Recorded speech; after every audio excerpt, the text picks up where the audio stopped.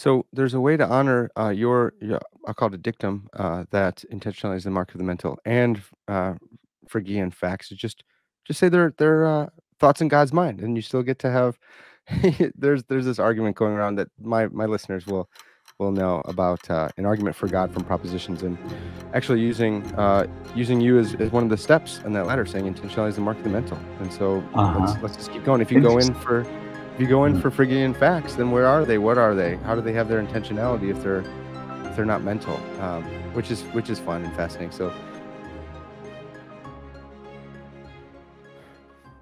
hey, welcome back to another episode of Parker's Pensées. I'm your host, Parker Sedecase, and this is a podcast where we explore all the deepest ideas in philosophy, theology, nature, and life. I really love thinking about cool stuff, so come think with me. Today's episode is another very special one. I have with me Dr. Tim Crane. And this guy is a legend in intentionality and philosophy of mind circles, and just philosophy in general. I'm really excited to have this guy on. He is professor of philosophy at the Central European University in Vienna. And today we're going to be talking about the knowledge argument, Leibniz, Leibniz on consciousness, and Brentano in intentionality. I'm really excited to get in. We'll see how far we get. There's so much I want to talk to him about. So we'll see. Maybe this is like part one or something. But um, before we jump in, though, I want to thank everyone who's making this podcast happen over on Patreon. If you find value from this podcast, then please consider becoming a Patreon patron. You can join for various dollar amounts a month, starting at 3 all the way up to 100. That's kind of a joke category, but if you support me for $100 a month, I think one of the benefits is I consider you a virtual member of my family. So there's that. But thank you for everyone supporting public philosophy, public theology, and making this podcast happen. That's been huge. You can also find somewhere down here a super thanks button. It looks like a heart. If you don't want to become a Patreon patron, but you like this episode, you want to send some love, click that button and you can support me just for a one-time gift. All right. Without further ado, let's bring in Dr. Crane and let's get going on all things mind. Dr. Crane, thanks so much for coming on the podcast. Thanks for inviting me, Parker. Thank you. Yeah. Well, it's so hard to pick what I want to talk to you about because you have this amazing website with all your works there. And it's like a smorgasbord. So it's really tough. But before we jump in on some of your work, I wanted to find out, how'd you get into philosophy in the first place? I think I got into philosophy through religion. Actually, I was Hmm. brought up a Catholic, and as you know, Catholicism is it's a very philosophical Yeah. religion, and we're taught a lot of philosophical ideas, and there were all these complex ideas we were taught at school, and I found them fascinating. And the more I thought about questions, like the Trinity, the Incarnation, Yeah. the Eucharist, all these mysterious ideas, it led me into thinking more broadly about philosophy, about what the history of all these things, who invented Hmm. these ideas, and where they come from. So I think it was really through those questions. Is there a point to it all? What's it Hmm. all about? These sort of things. Yeah. Wow, that's fantastic. Dr. Crane, do you find yourself holding any sort of theistic beliefs anymore? No, I count myself as an atheist now. I Okay. think from my early 20s, I realized I was an atheist, Hmm. but I'm still very interested in the phenomenon, and I think religion is an absolutely central fact of human life. Which, if you want to understand human life as a whole and human civilization, I think you have to understand religion. Wow. Yeah, that's fantastic. So how'd you get into specifically into philosophy of mind then?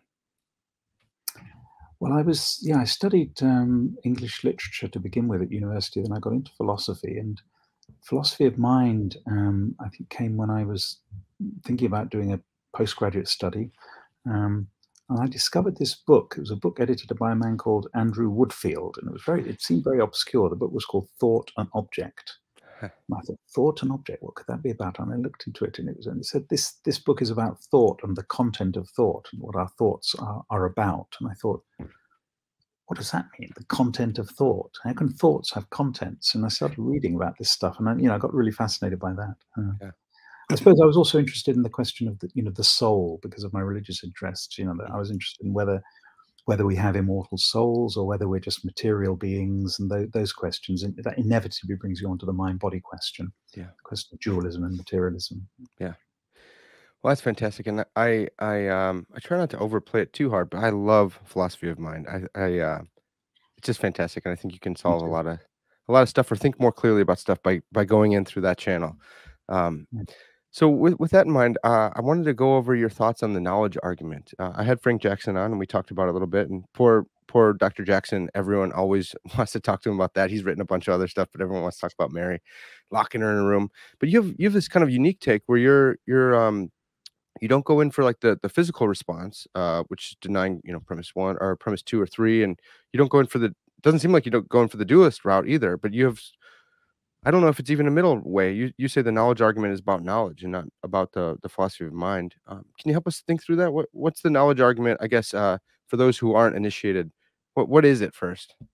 Yeah, so the knowledge argument is a thought. It starts with a thought experiment, um, and as Frank Jackson put it, this thought experiment is about a scientist. Jackson calls her Mary, Mhm. and she's a scientist who knows everything there is to know about the science of color and color vision.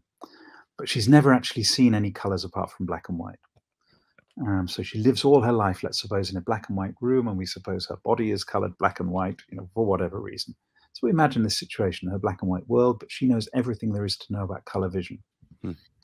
Now, Jackson says, suppose she leaves her black and white room and sees something red for the first time, say a red apple.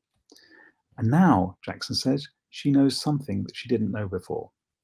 She knows what red looks like, or she knows what it's like to see red. So the knowledge that she had before, all the scientific knowledge, we could call it all the physical knowledge, is not all the knowledge that there is. Now, Jackson draws the conclusion that because of that, physicalism must be false. Physicalism is the view that everything is physical. Yeah. And the way to get to that is to say, well, what Mary knows in the black and white room is all the physical facts. When she comes to know something new, she learns a new fact when she sees red for the first time. So therefore, not all facts are physical facts. Hmm. Right. So that's the basic argument. So it relies on this notion of a fact. Now, my approach to this is that um, physicalism should be the view that the world is entirely physical in its nature. Yeah. And this argument doesn't tell against that. What it tells you is that there's some knowledge that you get which you can't get just by learning the physicalist theory of the world. Mm. And that is the knowledge that comes directly from experience. So there's experience that gives you knowledge which you wouldn't get just by learning the scientific theory of something. Yeah. And Bertrand Russell put it very well, because Russell said, yeah, I mean, this was 50 years before Jackson. Yeah. Russell said that it's plain that people who can see know something that the blind do not. They know what colors look like, for example. Mm. And yet, he says, a blind man could know the whole of physics.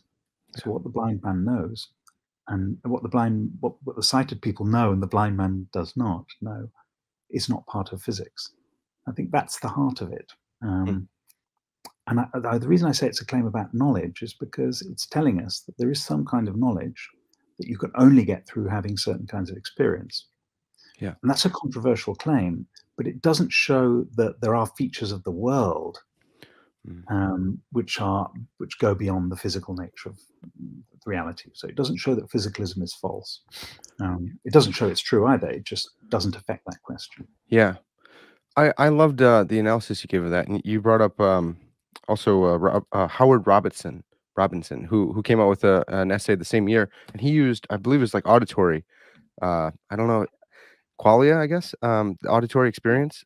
Yeah. If he never heard, but then all of a sudden he hears, and that actually, um, you see that happen on Facebook all the time. Some child gets a cochlear implant and starts to hear for the first Yeah. time, and Yeah. that one hasn't caught on. We want to lock Mary in the room. Do you, Yeah. is there any reason? Do you know, like maybe it's just an accident of history, but is the visual like sensation, visual qualia, does it just strike more at the heart of things, or is it more intuitive for us, or just Howard's Robinson's paper just didn't catch on as much? That's an interesting question. I don't. Howard Robinson is. I always mention Howard Robinson in connection with this because he's not only a colleague of mine, he's also a good friend of mine. But Ah, okay. we. But I don't think that the visual example is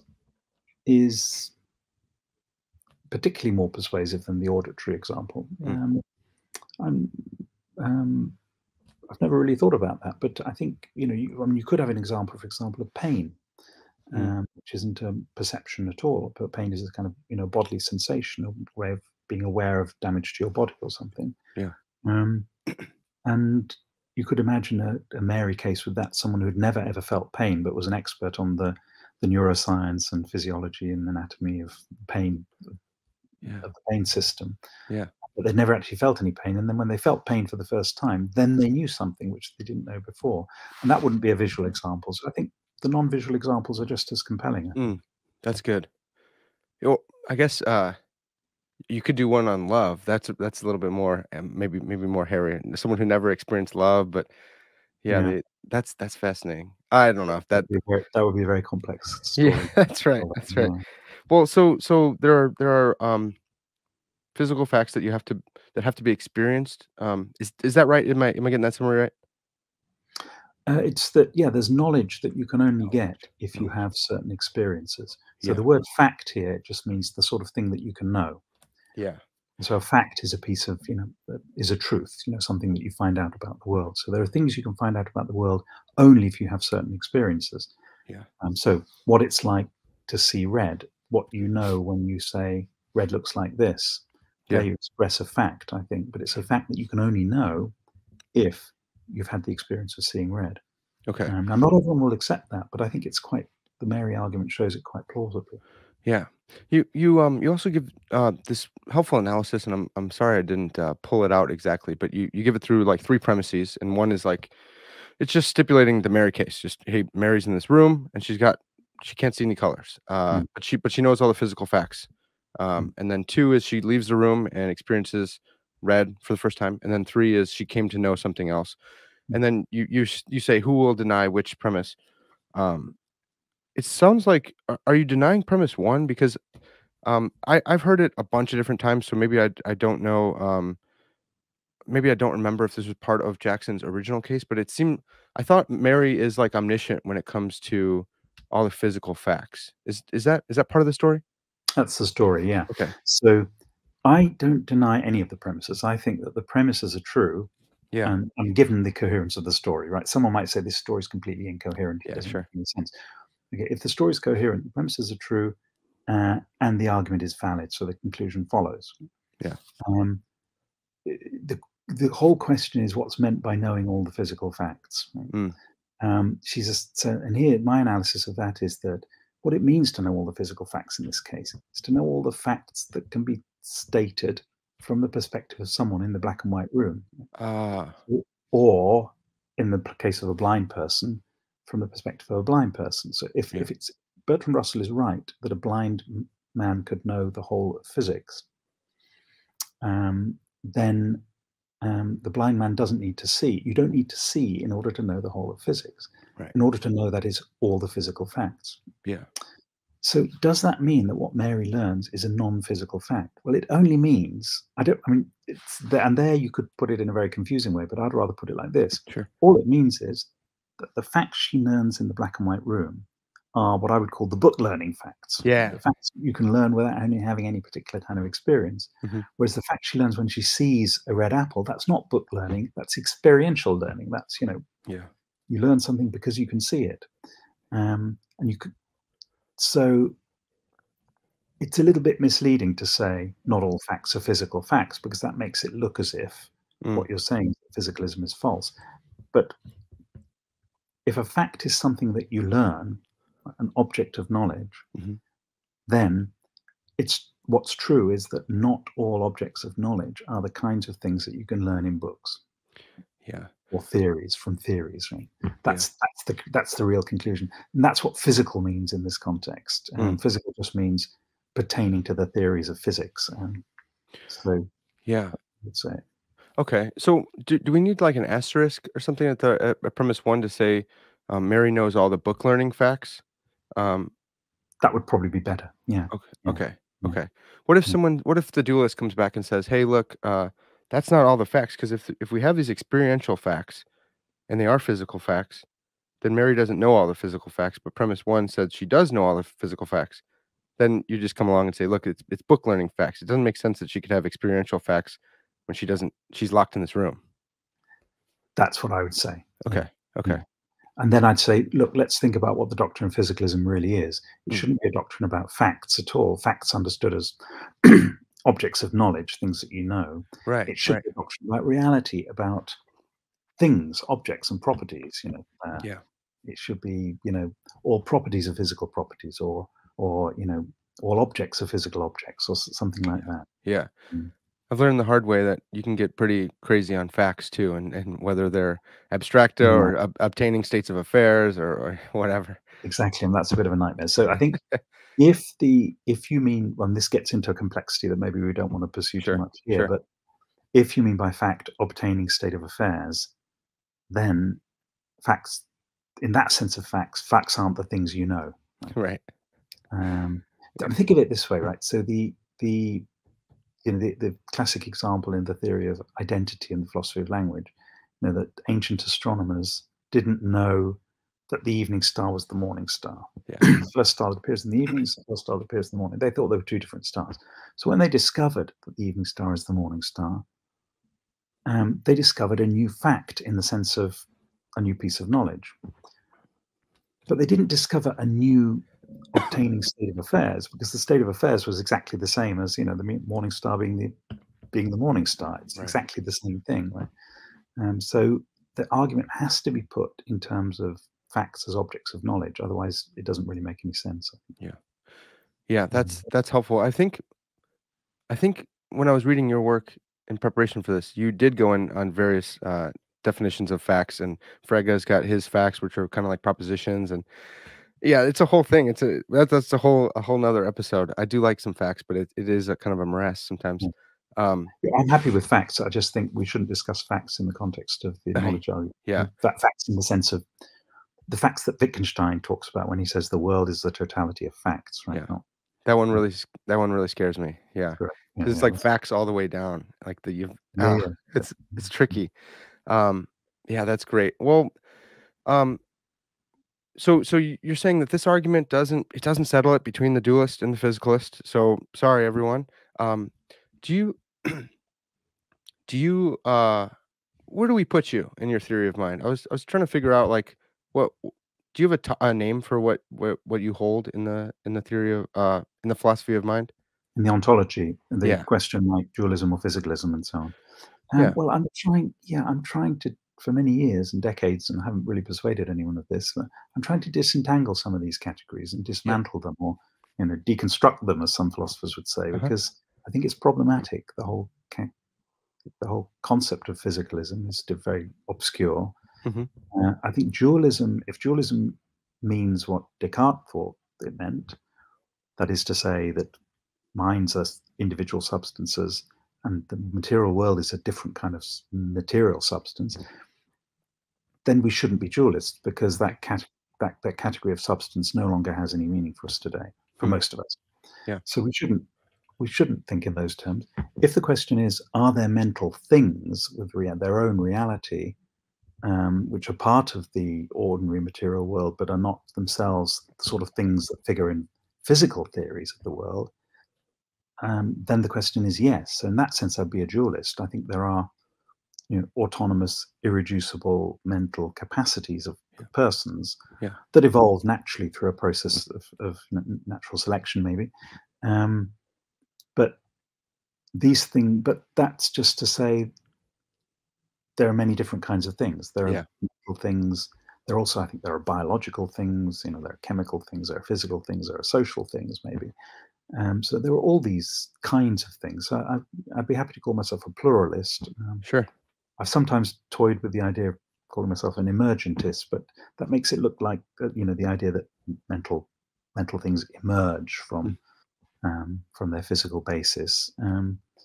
That makes it look a bit too mysterious at the moment. So I think I'd rather avoid that term, Okay. emergentism, at the moment. I'm sure I'm guessing you probably won't like this term either, but is it fair to call you a property dualist then, or not quite? Sure, yeah, I'm happy with that, so long as Sure. dualism means that there may be more than two things. Sure, So there yeah. may be two kinds of things. So there may be Property biological, pluralist or something. maybe pluralist, yeah. Yeah, I yeah, mean, okay. if there's a plurality of things, then there are at least two kinds of things. Right? Um, Right. so That's great. yeah, property dualism is fine. Okay. Okay. Well, you do have this your modus operandi is this deconstruction, which is really great because most of us, especially coming up in like intro courses, we hear the knowledge argument does this, and this is what it's about, and you go, yeah, not quite. We hear, Leibniz, he predated the hard problem of consciousness, and he brought it up in his mill, and you're like, I'm not sure, is that true? And so I love that you go back and you say, let's think about this more deeply, and you help us think clearly on it. So I want to talk about Leibniz and his mill. Um, I'll just ask you, do you think it's an early version of the explanatory gap argument about consciousness? Well, so if the listeners don't know, Leibniz in his great work, The Monadology, he talks about what it would look like if you went if you to explain what he calls perception in mechanistic terms. It would be like going inside a mill and looking for the activity of the mill by looking at all the individual pieces and trying to figure out what the mill was actually doing by just looking at the tiny parts inside. And he said you'd get no understanding of it from that. So people have thought that this is an early version of what's called the explanatory gap, that you can't explain mental things in terms of physical things. You can't explain consciousness in particular in terms of the brain. Hmm.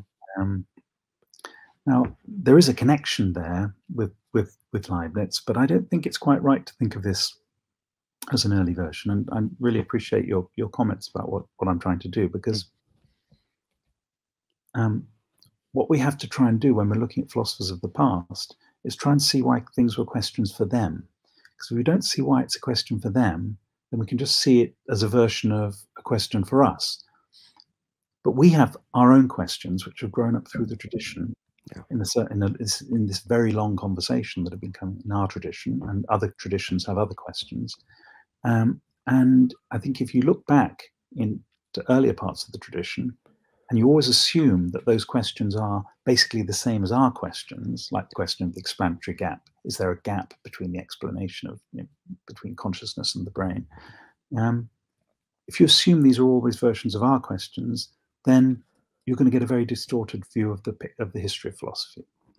You're not going to understand how philosophy develops in this dynamic way. Philosophy is a conversation, and it's not as if there are the same questions set from eternity in what David Armstrong used to call the philosophical examination paper. As if at the beginning of philosophy, a bunch of questions were set, and we've been trying to answer those questions for the last thousands of years.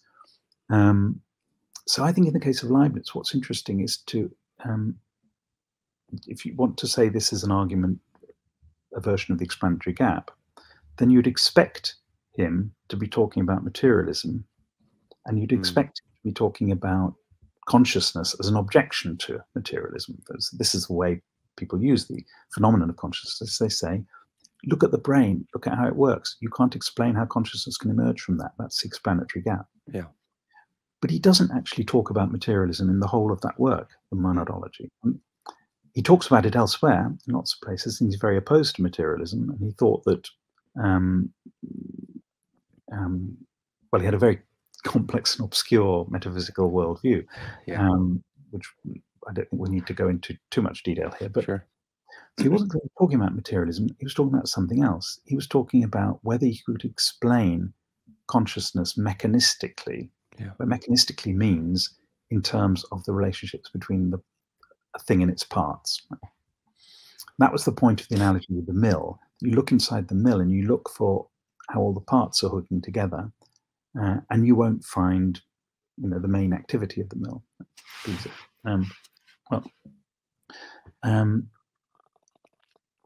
But he wasn't even talking about consciousness either, because he was talking about what he called perception. And perception for him could be unconscious. So the point of this argument was not that materialism could not explain consciousness, but it was rather that you can't give a mechanistic explanation of perception. The perception must come from something which is a simple thing without parts, because if it was a thing with parts, then you could explain it in terms of its parts. And these simple things that he said were without parts were what he called monads or substances. And he said that perception must be a capacity of a monad or a simple substance. Yeah. So this is a very different kind of view from the view that, materialism can't explain consciousness. He wasn't interested in that question at that point. He was interested in the question of whether perception could be a capacity of complex things, Yeah. and he wanted to argue it couldn't. It had to be a capacity of monads or these simple substances. Yeah. That's so fascinating. It's so helpful. It makes sense as I'm thinking of Leibniz and the way you're just going over the exegesis of that. Um, d- are do you remember? Do you recall? Are we substances for Leibniz? Like, am I? I'm sorry. Am I a monad? Am I a monad? Because I thought monads were like Mm. these the little BBs of reality. Yeah. It's actually a very difficult question, and Leibniz scholarship is Yeah. is a pretty frightening thing when you I'm get sure. into it. And Yeah. because Leibniz was an incredibly brilliant thinker, and he Mm, thought so quickly. You could see that he often leaves out the steps in between his arguments because he mm, thinks he's carrying his reader with him, but he doesn't explain everything. The way I understand Leibniz is that we are among the monads of the world, our okay. souls, and I think Leibniz should be thought of as a kind of idealist. So an idealist who thinks that the ultimate realities, the substances, are something like minds or souls. Okay. Um, but there are also other. We're not the only monads, so there may be other things which are monads too. Okay.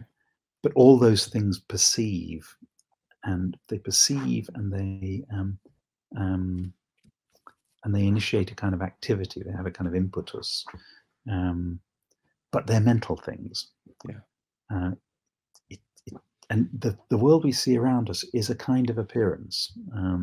It's a kind of appearance which is based on the coordination of all our what he calls perceptions, um, which we can think of as just mental representations Mm, of the monads. The yeah. monads all kind of somehow coordinate their perceptions in what Leibniz called a pre-established harmony. Mm, So it happens that when you see the tree outside the window and I see the tree outside the window. That's really what that is underneath is the fact that our perceptions are coordinating with one another, yeah. and ultimately that was set up by God. Yeah. Or the simulator. I've read I've read part of your piece on the new book, Reality Plus, by David Yeah. Chalmers, and another fascinating one. I love you're kind of putting his feet to the fire on idealism there, which was fantastic. So it makes sense that we would be monads because otherwise, his people have characterized the Mill argument as the unity of consciousness argument or a unity of phenomenal consciousness, and if we were not a monad but built up out of monads, then we have parts, and his whole argument kind of falls apart because we're not supposed to have parts, right? That's right. We can't. That's the fundamental starting point is that there must be simple substances, and he gets to the view that the soul must be individual souls, like the he thinks we have, are simple, Yeah. and then not built up out of parts. That's right. Okay. So, Mm. it brings up, his argument about, perception not being mechanistic. I think kind of brings up something I wanted to talk to you about when it comes to intentionality and whether intentionality is a relation between 2 relata or not? And just Mhm. getting your thoughts on that because I think if intentionality is a relation between 2 relata, then Leibniz might be wrong, right? If there's a causal story between the things and our concepts of the things, then you could explain it mechanistically, it seems like. Oh, that's maybe a lot, and maybe it's jumbled there, but what do you make of that? No, it's an interesting connection because I mean, I like and here the Leibniz interpretation. I don't have Sure. as much confidence as I do as some other things, but I like it when people talk about Leibniz's concept of perception Hmm, as akin to the concept of intentionality, as it then came to be was called in an earlier tradition, but then came to be called that in a later tradition too. Intentionality here means the directedness of the mind on objects, Yeah. or mental representation. So, when you think, just if you think, when you think, you have to think about something, or when you believe, you have to believe something.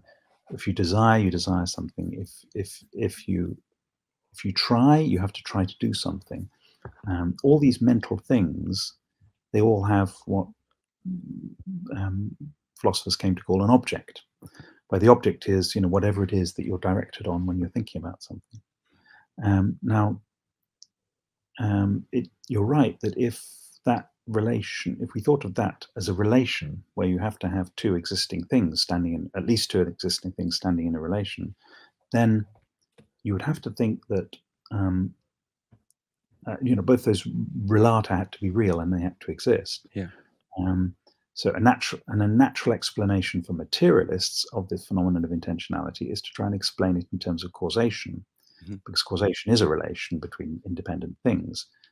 So, I see the tree outside my window because the tree is causing things to happen in my brain. Now, Leibniz wouldn't have thought of it like this, because for him, causation was just another phenomenon or another appearance. Okay. So Oh, causation was not a fundamental feature of the world either. okay. Um, it's rather that causation is how we interpret the part of the pre-established harmony set up by God. Interesting. That sounds a little it sounds a little bit like Kant and the categories, right? Like it's not a real it's how we're interpreting the world, the noumena, but we don't, that's just a category of the understanding. That's interesting. Yeah, yeah, there is. I mean, of course, I think Kant was deeply familiar with Leibniz, so I think Sure, yeah. it's Kant wouldn't have had anything to do with pre-established harmony, but Mm, certainly the idea that causation is one of the categories that we apply to our experience, to the phenomenal world, yeah, is a crucial part of his um, yeah. and to our understanding. It's a category of the understanding. It's a crucial part of his philosophy. And his I pre-established, stuff is, the transcendental idealism. It's not out there, that God did, but it's in here. We're the ones not really pre-establishing, but establishing as it's coming in probably, right? think it's this that yeah we oh well this is difficult. Yeah, I'm Yeah, not sure. sorry to make you get into Um, Kant studies now yeah. too. As the way I understand it is that in some way, we and the world are constituted such that we that it all hangs together. Yeah, But if you ask Kant the question, is there really causation in the world as it is in itself?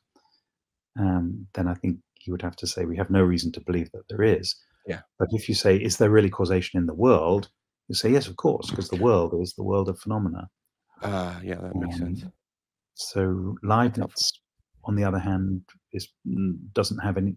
For Leibniz, yeah, the world as it is in itself is just the monads, Yeah, uh, and everything else is just perception or appearance. okay. So I think because of that, you couldn't put it in the sort of realist frame that we want to put it in today by saying, there's a relation. There's the mind here, and there's the object there, and there's a relation between them. Yeah, Um, you wouldn't put it in that way for someone like Leibniz. Now, people who want to put it in that way today think of intentionality as a relation between the thinker and the object, like that book that I found by Andrew Woodfield, mhm, Thought and Object. There's the thought and there's the object, or the thinker and the object. People who want to think of it in that way encounter the problem that many of the things we think about don't actually exist and they're not actually real. yeah, Um, so if I think about the devil or something, I mean, let's suppose the devil isn't actually real. Let's suppose sure. Satan isn't real. If Satan isn't real, but I can still think about him, then how can there be a relation between me and Satan? Yeah, And my response to that is to just bite the bullet and say it isn't a relation. Representation is something. Intentionality or representation is something fundamentally different. mm, It's a pointing towards something to the world. It's a direction upon the world, but those bits of the world need not be there in order for you to be directed towards it. ah. Would you say that intentionality is, a one-way relation? Or there's like there's this I always think, there's 2 relata and here's intentionality. Yeah. But if you have just this one, the thinker, the mind, and just one arrow going out, but there doesn't need to be, the other relata causing that Yeah. relation. Is I that right? yes, I think because I think it's not a relation, then I think Yeah. we So can't understand it fundamentally in terms of causation.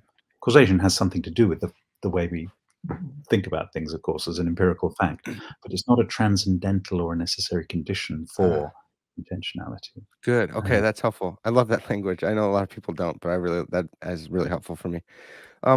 So I think, I've studied a lot of Donald Davidson because of his triangulation argument. I think it's really fascinating. I don't wholly go in for it or anything. I just think it's so fascinating. So I know that he wanted to, and I won't make you go into Davidson studies or anything interpreting him what he really said. But he goes in for the three-way relation for concept acquisition or forming the content of our concepts between another human being who already has the concepts and us and the learner and the thing in itself, or just the thing. Sorry, to Kant. I'm in Kant mode. mhm, So mhm, you learn your concept of table by interacting in this causal nexus with another thinker, and he thought that's going to keep skepticism out. We're not going to allow for any skepticism because we have the external world and we have other thinkers, so we have other minds and an external world. No skepticism there. And then people have told me, if you go in for this causal story about our concepts, about intentionality, then you might lose like self knowledge, and you might end up with some skepticism, uh, which I thought was so crazy because he's trying to not do that. Do you have mhm. any thoughts on that? Like, if you go in for the causal story with two relata and intentionality as a relation, do you think that someone who goes in for that story can have self knowledge? You'd be treating the self as like a subject and an object. Um, well, that's a complex question. I think bits of it need unpacking. Yeah, Um, what what does threaten self-knowledge, where self-knowledge in this context normally means the knowledge of your own mental states rather sure. than the knowledge of yourself. Yeah. Um, so, do you know what it is that you're thinking, that you're really thinking? So, I think a causal theory of representation can lead to a restriction in self-knowledge because um, if you if the object of your thought, what it is you're thinking about, is what it is that's the causal origin of a thought, Hmm. then there may be features of that causal origin which you're ignorant of. Oh, So I know a simple case. I mean, you might see two people. They're supposing they're two identical twins, right? And one's called Ryan and one's called Brian. Say, and you see Ryan, um, but you think he's Brian, and you say, I've been thinking about Brian. I saw Brian in the street the other day. Right? In fact, it was Ryan. Right? mm, You think that you know that you saw Brian, but in fact, you don't know that because you actually saw Ryan. yeah.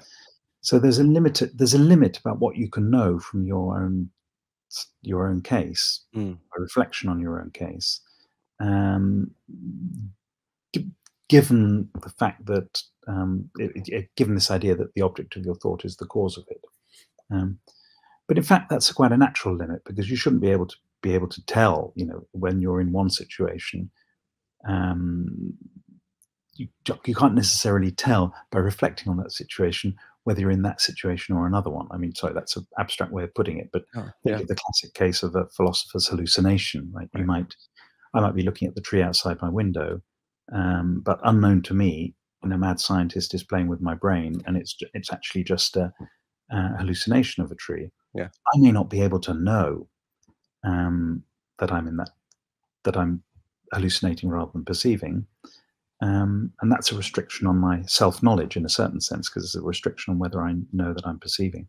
Yeah. Um, but I think that's just a consequence of the fact that perceiving is necessarily, the relation to the environment. Mm, Um, and that's the thing that you can't know whether you're related to the environment merely by reflecting on the subjective condition, or that's the traditional view.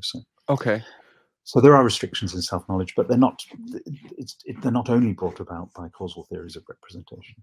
Yeah, that's another great point, and it's really helpful. So we're not just picking on those guys.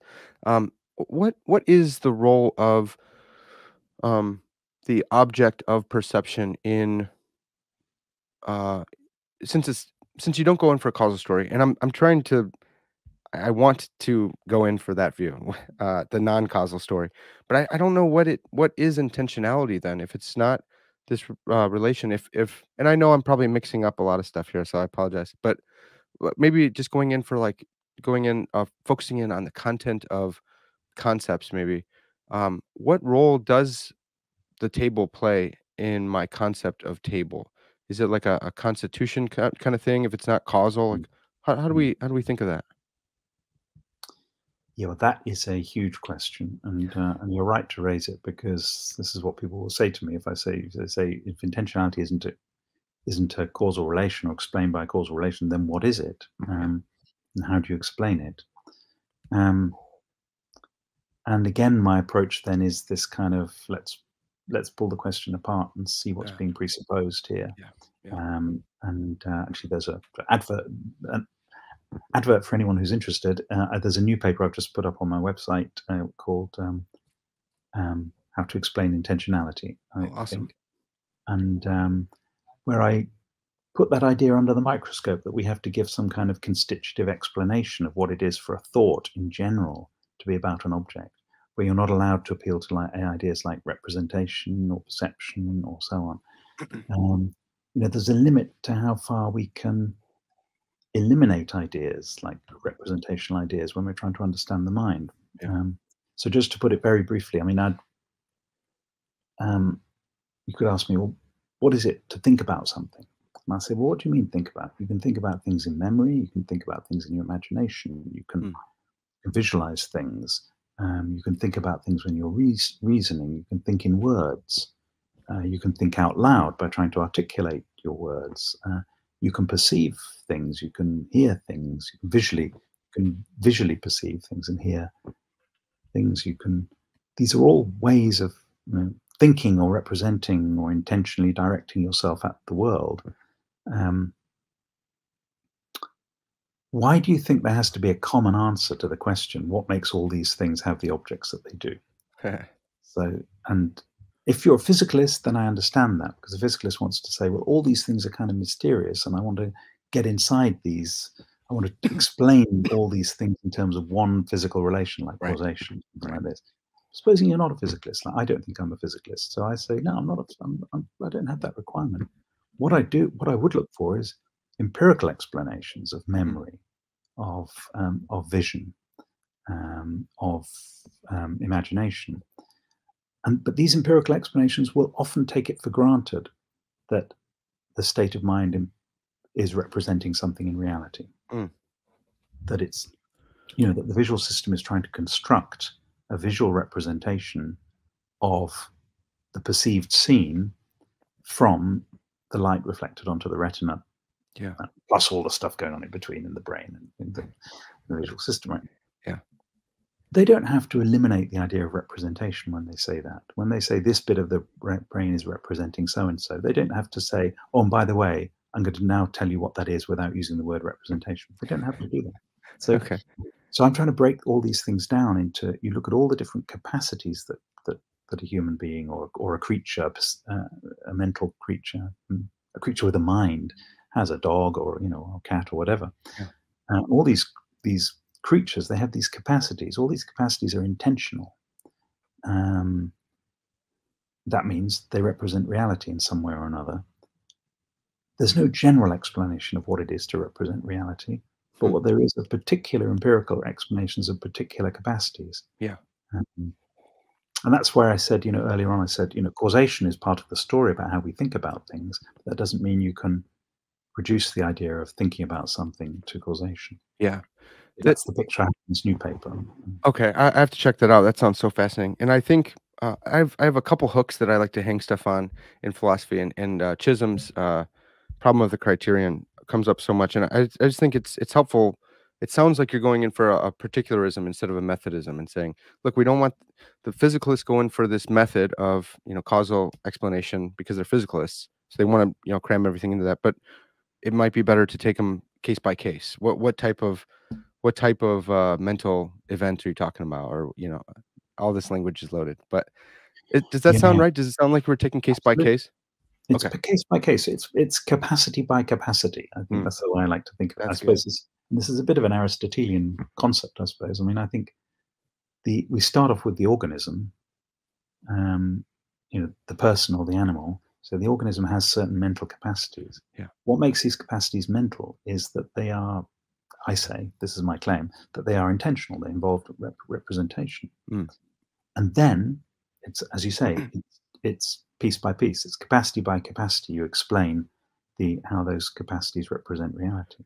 Yeah. Um, I think the worry from some physicalists would be if you don't have this causal relation, then it seems like you've untethered maybe the mind from reality, and you could just be hallucinating because you don't need the strong causation uh, to represent the laptop, and so maybe there's not a laptop. Is that a worry, or is that that's not a big deal? um, as you could probably see, I'm not e- so bothered by these questions of skepticism in a Yeah, way. yeah. I think they're coherent questions, and I'm happy for people to pursue them. But I kind of think we shouldn't let the skeptical questions dominate our thinking about the mind. Okay. And in a way, um, and I want to work this out more fully, but I think my hunch is, if you ask about something like, you know, could everything is my mental life compatible with me being a brain in a vat? You might think, well, from some skeptical point of view, maybe Okay. that's right. Okay. Um, and I say this in the review of Chalmers, but in the skeptical scenario, you don't have to work out any of the details, so it doesn't really have any consequences. Mm, Just like, when Bertrand Russell said, all my experience is compatible with the world being created 5 minutes ago or something. right. Right. You say, yeah, I suppose that's true. Yeah, I think perhaps that's a coherent supposition. But in supposing that in the skeptical context, I don't have to say anything more about the details. I don't say who created it, how did they create it, why would they do something like that. I don't have to say anything. So Right. I'm more interested in kind of the empirical reality Mm, of course, there's a world out there. How we know there's a world out there, well, that's one question. But let's suppose we do know. Given that there is a world out there, how do our minds interact with it, and what does it mean for our mind to interact with it? yeah. Yeah. That's the way I want to break down that one. Okay. So I don't want our questions about the mind to be driven by questions about skepticism. Yeah. Um, Yeah. that's, yeah. Well, that's really helpful for me. I'm still studying. I'm still working on degrees here, and so I I love taking advice from people like you. So you're helping me see the world in a particular way and do philosophy in a particular way. So I do appreciate you helping habituate me in that certain way. I have to ask this question. Everyone will be mad at me if I don't. You you're the guy who said intentionality is the mark of the mental, right? Like that's your thing, Mhm. which is fantastic, and I love it. And people get it confused, or people want to argue over that and pull it over to their side. Um, do you are are all things with intentionality mental things? Um, I like John Searle's distinction between original and derived intentionality. Okay, So I would say all things with original intentionality are mental things. Yeah. okay, Um, because I don't, but I allow that there can be representations which are derived from the mental representations. So paintings, books, and the intentionality of computers and so on. These are all derived from the intentionality of what the mind. What about, rings in a tree? Is there a distinction between, like, natural kinds and I know we might that's Yeah, all information theory type stuff, but, you yeah, could say the rings in the tree are about the age of the tree. Is that you think that's derived, or is that yeah. My inclination is to say that that's really derived. I mean, I think it's that. the rings of the tree are you can get. It's not so much that it's derived from us, but that we can derive from this causal facts about the tree's age. Okay. So you can recover from these facts. You can learn from these facts about how old Yeah. the tree is. That's Yeah. what I would say. Dr. Crane, do you go in for Phrygian facts? Are there propositions? Um, yeah, that's a hard question. Well, in a way, it's an easy question. I say, sure, there are propositions because there are things we think and with things we judge, and these are propositions. Okay. And I like Frege's way of distinguishing propositions. I think that's useful. Okay. Um, but I don't think they're part of the fundamental story about how the mind or language works. I think they're constructions by theorists to Okay. try and map similarities and differences in acts of thinking Okay. and thinking and representing. Because if you're a realist, whatever that word means, if you think that there are propositions in let's say Frege's sense, then Mm. it seems like they would have intentionality, Yeah, original yeah, intentionality. But in your view of things, propositions, whatever they are, do have their intentionality in a derivative sense. yeah. I think propositions are made up. They're theoretical constructions. Okay. So there's no. Yeah, I should be straight about this. There's no third realm Okay. of propositions as Frege thought of them. Okay. That's something Frege made up. Yeah. There is so there isn't a third realm. There's not. So propositions are ways of talking because we don't want to just pick out people's mental states in terms of sentences because we want to say, that people don't believe sentences; they believe what the sentence says. Yeah.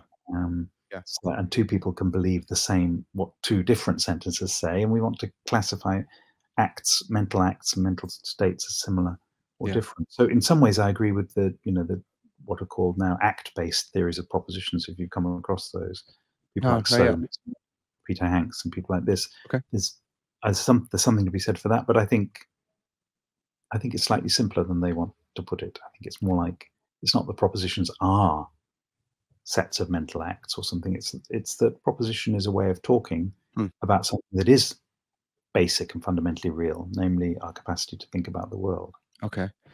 So there's a way to honor your I'll call it a dictum that intentionality is the mark of the mental, and Phrygian facts. Just say they're thoughts in God's mind, and you still get to have. There's this argument going around that my listeners will know about an argument for God from propositions, and actually using you as one of the steps in that ladder, saying intentionality is the mark of the mental. And so let's Uh-huh. let's just keep going. Interesting. If you go in Uh, for Phrygian facts, then where are they? What are they? How do they have their intentionality if they're not mental? Which is fun and fascinating. So, um, I s- just appreciate you because your work's coming over into the philosophy of religion type stuff and being debated as well, which is just fun. I love that. that's very interesting. I hadn't come across that argument. Yeah. Yeah. Um, Right. well, Did you know that Peter Geach? So Peter Geach has an article. I think it's called "Truth and God." I think when he says that actually all truths that Frege was right, hmm, saying that all truths refer to the true. Sorry, all sentences refer to the true, but we should think of them as all referring to God. oh wow, okay. That's I it's not the same point, but it's a related Yeah, point. I It's really like relating I spirit like I like position. each a lot. I haven't come across that. I wrote that down. Truth and God. I'll have to check that out. Mm. Dr. Crane, I gotta respect your time here. Last one, really quick. Really quick. When it comes to like simulation hypothesis, I guess really quick, do you think that simulated consciousness is possible? Do you think we'll be able to make sims that are there's something it's like to be them, like us? Not through creating them on a computer or using a computer program. Okay. Um, I think in principle, I believe that in principle it would be possible that if you could create an artificial organism out of the same, constructed in the same way that does all the things that a human being can do, Yeah. then you would create something conscious. Okay. But you wouldn't do that through any of the methods that people use today to create simulations. Okay.